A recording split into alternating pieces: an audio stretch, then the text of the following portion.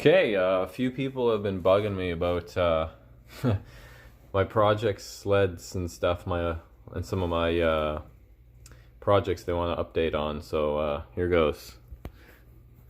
Okay, there's the elan there underneath the first tarp. As you can see, it's snowing pretty good out, so should be a good week. The enticer's under the second one, the Yamaha tarp. The SS440's on the end. Those three run. Those three are good to go. There'll be some pictures and a little video about the enticer in there, and I'll show you. Okay, all right, there's my four-wheeler over there. Something's up with the rear end on it. It's frozen or something.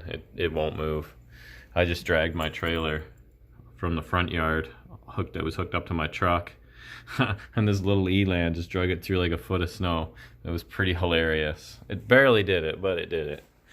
Okay, so quick walk through my house. My doggo is downstairs. All right, let's venture into the garage. I'll show you what I bought recently. All right, so I did end up selling this Citation here. I sold it to my buddy Tanner, and I sold that Citation that was blown up to my buddy Travis, and he's already like rebuilt it and it runs and everything now. We just need to take it out on like a shakedown ride and tune the carb and see if it's all gonna work out. Tanner's broken four-wheeler still in the corner.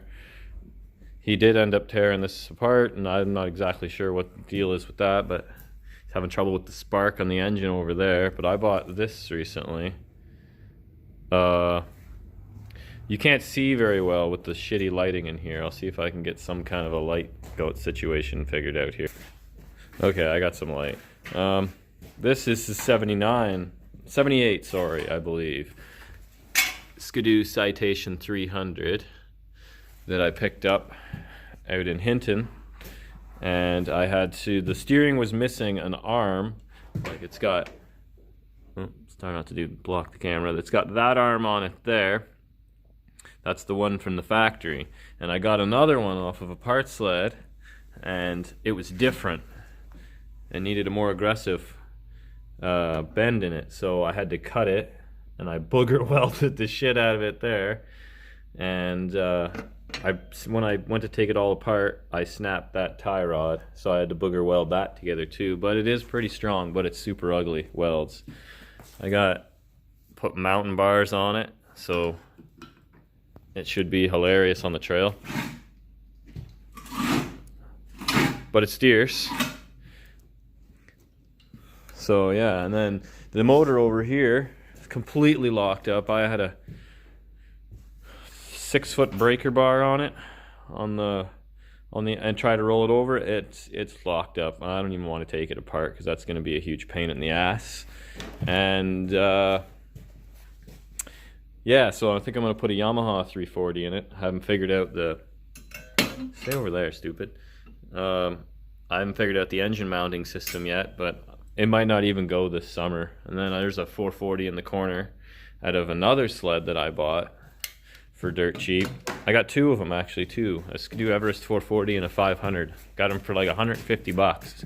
That engine runs, but the 440, the chassis, you'll see that in another update video at some point, was hit by a tractor, so the chassis is all mangled and fucked up. So yeah, there's that.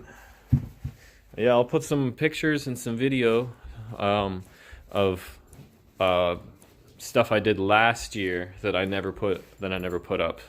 But now that there's snow and I'm feeling a little more motivated, I'll get some videos together for you guys. That's about it though. Hi George. You meowing at me? Trust me, you don't want to go out there, bud. It's -20. Anyway, so yeah, that should be all she wrote for that. Enjoy the rest of the video. If you want to see more if you want to see me building more of the sleds and stuff, like, just let me know in the comments down below if you want me to put some build videos up, or if you just want to see some more riding videos, let me know. Peace.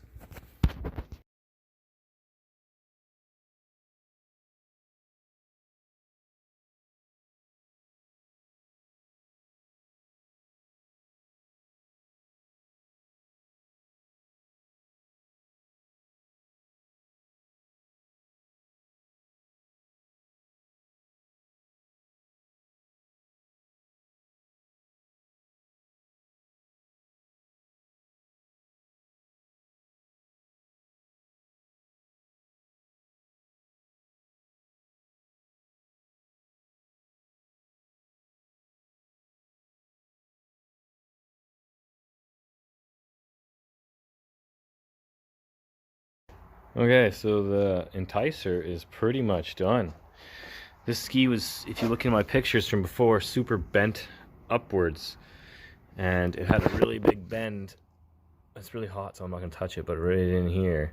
And I couldn't get it out. I tried wedging metal in here and pulling it out, but I'm not strong enough, or it just wouldn't go. But so I cut it, I welded it, and now she's strong and she's ready to be sent.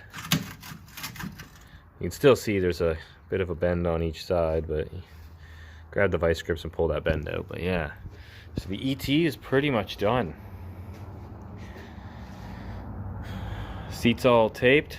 There was like basically no foam left, so I cut a piece of foam out of an old mattress, formed it to shape, and used 2 rolls of Gorilla Tape.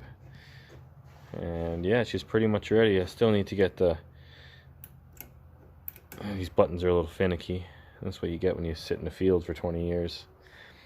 So yeah, made a bumper, and the bumper's not super pretty, but I freaking love it. I think it'll be good for bashing down people's shins. And yeah, and then now this is the next one to come into the workshop. I did a lot of work to this one too. I had to source a bunch of parts because these things are extinct now, especially in Alberta, land of the mountain sled. So yeah, the flatland sleds are hard to get. But yeah, so she got a junk piled on her, fuel tank. I put a motor in it. I had to find one of them. And it's basically like 4 sleds turned into one. Had to do some JB welding on the vents. And yeah, that's my Nordic. And then the Citation here. I think I already sold this. Not sure yet. But yeah, she's in rough shape too, but should be a unit when she's done. And that's the 3 in the garage, and then there's 3 in the backyard I gotta finish. And there's 2 on my truck. And then there's 1 at my brother's house. God, where are all my sleds?